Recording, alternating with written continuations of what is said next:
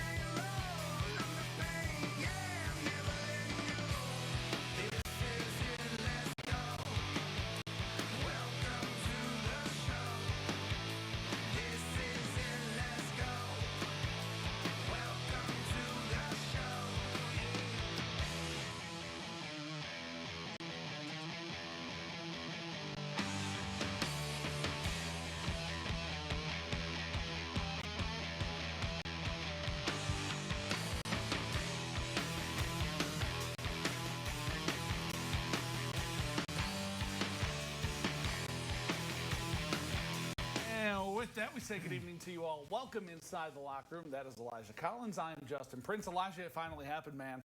Mother Nature finally took her toll on the area, man. It took until January 12th. Yes, we had a full slate of games, obviously 20 on tap for tonight, but weather and other plans for much of the area. Plenty of postponements and cancellations, but still, the locker room rolls on. You're dang right we do. It sure does. We salvaged what we could of the schedule. We've got some good hoops for you tonight. The ACAC Tournament, that rolls on. NE8 play continues for the boys, but we're going to start things in the SAC. Entering the night, just two girls teams remained unbeaten in conference play with 3 games left to go in the regular season. Those two would be Snider and Homestead, and they square off tonight with conference title implications on the line. Let's get you out to Spartan Arena, the site for tonight's showdown. Sparty, they're ranked 7th in 4A. They're 16-2 on the year, 6-0 in SAC play. Snider, they're ranked number 5 in the state in 4A, 15-2, also 6-0 in conference action. And Snider came out firing early on in this one. Jordan Poole hits the triple, and the Panthers get out to an early 4-point lead. But Homestead, they would answer with a run of their own. Carly Mollering cashes in on a 3-ball of her own. She had 10 points tonight, and Homestead goes up 6. Few possessions later, check out Whitney Ankenbrook. Okay. The pump fake to the step back 3. Sparty takes a 2-point lead into halftime. After the break, Snider would come back out firing. Poole stepping into the 15-footer. That caps a 7-0 Snider run to put him on top by 5. But again, Homestead would answer with a big run of their own. Maya Epps, she had a big night. Euro steps into the lane for the bucket, and then you're going to see her leading the break this time. She's going to find Gabby Helsum, who buries the 3, caps an 11-0 run. Homestead goes up 6, but they weren't done in the 4th. Epps, again, I told you she had a big night. Another bucket. She can ball. Game high, yeah, she can. Game high 27 for the sophomore. Homestead on top by 8, but Snider had one last rally in them, and it was a big one. Poole gets it started with a 3. She had 24 to lead the Panthers. It's a 2-point game. Later on, down 3 now. Kyra Parker cannon the corner triple, knots the game up. Next time down the floor, they go right back to Miss Parker. Yeah, keep feeding her to the lane this time. 8 of her 13 coming in the 4th quarter alone. Snider goes on top, and that's where they stay. Check this out. They force the turnover right here, and then in transition, Poole going to find CeCe Sims for the bucket. Panthers finish the game on a 24-8 run over the final 7+ minutes, and they take control of the SAC 60-52 the final. We just kept fighting. We practiced for stuff like this. We've been in hard games like this. We knew we was going to have to fight through adversity. We've been training for this. We knew how bad we wanted it. We got a lot of seniors on the team, and you know, the underclassmen knew how much we wanted it too. So we just kept fighting, and we got the win. Just being able to get that win, it means a lot to us. We've been, you know, training real hard in practice for this, preparing ourselves for this. So, you know, it means a lot. And to get our first SAC championship since I've been here, it really means a lot. Snider now 7-0 in SAC play. They are going to close conference play with Concordia next Friday. Carroll the Friday after that. All right, well. A good game right there. Only other girls stopped in the SAC tonight comes over at Charger Fieldhouse. Carroll hosting Bishop Loras tonight. This was a competitive game all night in the third as Jaden Fuller dishes down low to Lily George to build Carroll's lead. And Miley Waring, here she is, and makes the layup, ties it up at 29 apiece. Loras trying to get some momentum going, but the Carroll's defense steps up big tonight. Jersey Paul, here she is, picks up the good steal right there and lays it in. 4-point lead for the Carroll Chargers, but Loras turns right around and strikes back again. It's going to be Waring. Once again, she ties it up. Here she is.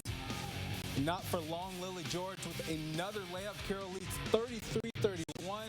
The back and forth affair continues, but it's the Chargers defend their home court. Carroll wins 52-48. All right, back to Spartan Arena we go. We told you Mother Nature had fun tonight, man. Only 2 girls games in the SAC, 1 boys game. Homestead boys, Snider boys also squaring off in the back end of the doubleheader. Panthers got hot to start this one. Quaylen Clopton into the lane, giving the bucket. Next time down the floor, off the miss, it's Clopton again. The rebound and the putback. Gets called for a tech, though. And that would be big because after that, Homestead just took control. It was all Homestead after that. I don't know. Wyatt Weaver getting to the rack. He had himself a night. You'll see more from him in a moment. A little bit later, Alex Graber, the Northern Illinois baseball signee. Man, he's an individual state tennis champ. He does it all, man. Plays hoops, plays baseball, does it all. Bucket, foul, 15 points for him. And Sparty never took their foot off the gas. Off the miss in transition. Graber to Michael Raudenbush to the cup for the bucket, and then you're going to see Weaver again. I promised you more from Wyatt Weaver. He had himself a night. 32 points. What was in the air over at Spartan Arena tonight? Sparty goes up 18. Homestead rolls 71-53. All righty, let's jump over to TP. Belmont Braves hosting the Norwell Knights for an NE8 battle. Braves 1-1 in conference play. Knights sitting at 2-0. We picked this one up in the second half. It's a tight game, tied at 36. Jack Schumann gets a nice little jumper to give Belmont a 2-point lead. He finished with 17. Later on in the third, just 1 minute left. Schumann with a nice bounce pass. That's to Dylan Velez. He gets the easy 2 to go. Braves now have a 4-point lead on their hands, but here they go with the answer right here. Thanks to McBride. Knocks down the jumper. A little later, Norwell's going to cut the deficit. Cohen Bailey, here he is, takes it in. This one rattles home for the 2. It's a 2-point game, but Belmont pulls it away with this one. Hands Norwell their first NE8 loss. Braves win 51-45. Man, what a win for Belmont. The tides are turning in the conference, man. Let's head up to Leo now. Lions, New Haven squaring off in NE8 play tonight. Lions build an early lead, but the Bulldogs hanging around. Lavelle Ledbetter grabs the offensive board, puts it back, cuts the deficit to 4. But Leo goes on a nice run to end the half. Nolan Heitschuh with the pump fake, hits the shot through contact. Leo goes up by 8. Back the other way, Bulldogs in transition. Jeremiah Cottrell, he's got a fun game to watch, man. Yeah, he is. The pretty pass to DeMarcus Wright, who finishes to bring New Haven back within 7. But the Lions can turn defense into some offense too. Solomon Richard with the long pass here off the turnover to Trey Heitschuh. Lions take a 10-point lead before half. And they'd add on a couple more in the closing seconds before the break. Jackson McGee to Heitschuh as he hits the layup at the buzzer. McGee puts up 21 points, 13 rebounds, and Leo goes on to win this one, 66-57. All right, final stop in the NE8 comes out in Whitley County. Columbia City boys, they're taking on Huntington North tonight. CC up 3, first quarter. Matthew Mulligan, no Mulligan needed here. That one's good on the first try. That's a 3 ball. A little bit later, they're up 13, and they are just taking control. Brady Hartman, look at the finish inside. Put CC up 15. Second half, more from Mr. Mulligan. Another 3 ball from the corner. Eagles go on to roll in this one, 65-38. Surprised we didn't see like a strap full or full court shot again. I know. He seems to do something every week. All right, that's going to do it for this portion of the locker room. Don't go anywhere, though. Still plenty more hoops to come. The ACAC Tourney rolls on. Boys, girls, semifinal action tonight. Find out who's moving on next in the locker room.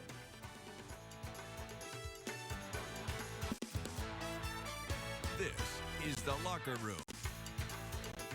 Hey, welcome back inside the locker room, boys and girls. Thanks for making us a part of your Friday night. Well, as we said before, Mother Nature finally showing off that winter is certainly here, but still the ACAC unfazed, yes. Elijah. That's right, Justin. The annual ACAC tournament rolled on tonight. At 101 years for the fellas, it's the longest running conference tournament in the state. 101 years is a long time. For the ladies who celebrated a big milestone this year as its 50th anniversary of their tournament. Yeah. All right, and that's where we start things tonight with the ladies.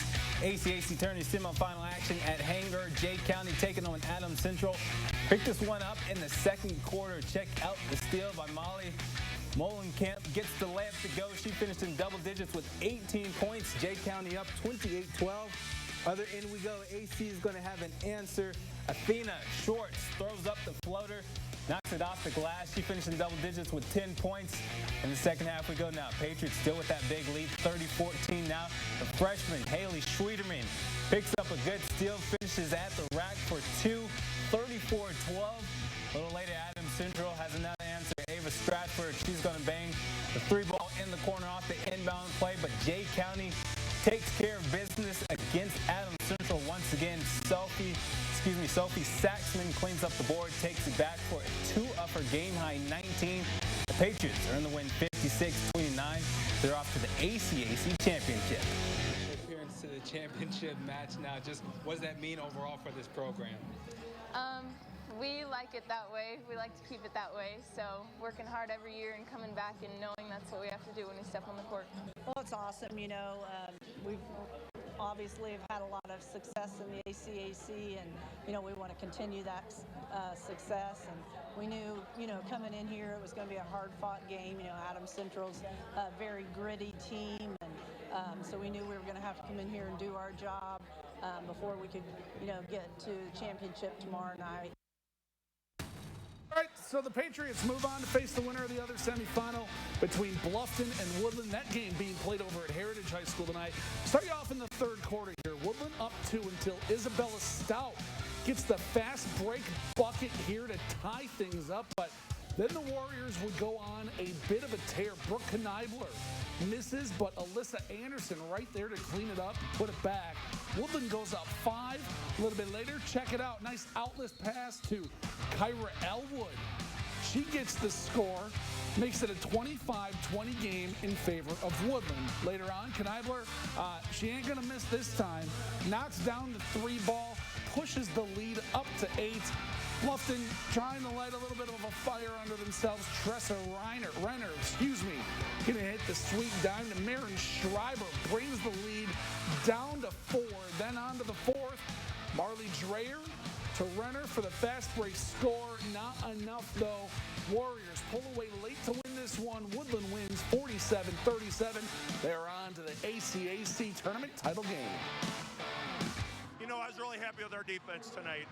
We weren't too sharp the first half offensively, but we kept getting stops, we kept getting rebounds, and eventually we were able to generate enough offense to get the win. That's a very good team.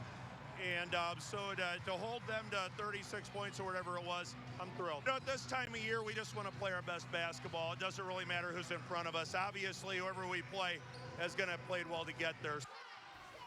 All right, so the Warriors moving on to face Jay County for the ACAC title tomorrow. That's going to be 6 p.m. at South Adams High School. All right, let's hop over to the boys' side. Defending ACAC tourney champs Adams Central looking for a second straight trip to the title as they host the Jay County Patriots. Pick this one up early, first quarter action. AC up 2, Micah McClure is going to make that a 5-point lead. He finished with 13. Later on, McClure again, this time misses at the rack. All good, though. Isaac Schultz is there. It didn't look like that miss. Yeah, I know. The hoop it got me. Isaac Schultz gets it, forces a timeout later on. AC delivers. Ryan Tester knocks down the 3 ball in the corner. It's now 10-0. But Jay County finally answers. Other end we go. Graydon Swovelin gets the jumper for JC's first bucket of the game. Home team takes care of business tonight, though. Schultz with the board and the and-one. 20 points from him. AC advances to the ACAC championship. They get the win 50-35. They'll take care of it. So the Jets moving on. He's going to spoil it. Moving Moving on to the title game, they're going to face the winner of the nightcap at Heritage between the host Patriots and Bluffton. You're going to start this one in the first. Lonte Castle gets the Heritage Pats on the board early with the tray, and then you're going to see Landon Liebarger getting the post feed, gets the nice bucket to go inside. Nice passing there from the Pats. Heritage goes up 3. Bluffton gets back in on the action. Tucker Jenkins working his way to the bucket for the finish. Tigers go up by 1, but the Patriots answer back. Caleb Abbott dishes to Noah Redmond for the 3. That's going to lead to a Bluffton timeout. And this one, hey, this would go down to the wire and ends in exciting fashion. Check this out. All tied up late, off the miss. Braden Walters going to get the putback to go at the buzzer. And Heritage goes on to take this one 37-35. They're going to play Adams Central for a chance to hoist the trophy tomorrow night, 7:30 through 5. Yeah, sorry. Hey, you're all right, let's check out our play of the night. And I don't want to spoil it, but you just saw it. The people know. We're going to go right back to Heritage High School. Check out Braden Walter. Not just one miss, but 2 misses, and then Walter comes in. That's why you crashed the board. Gets the putback at the buzzer. I heard there was a little controversy. They weren't sure if it was after the light went off or not, but here it is again. Braden Walter, your play of the night, and the Patriots are on to the ACAC title game. They're going to face Adams Central.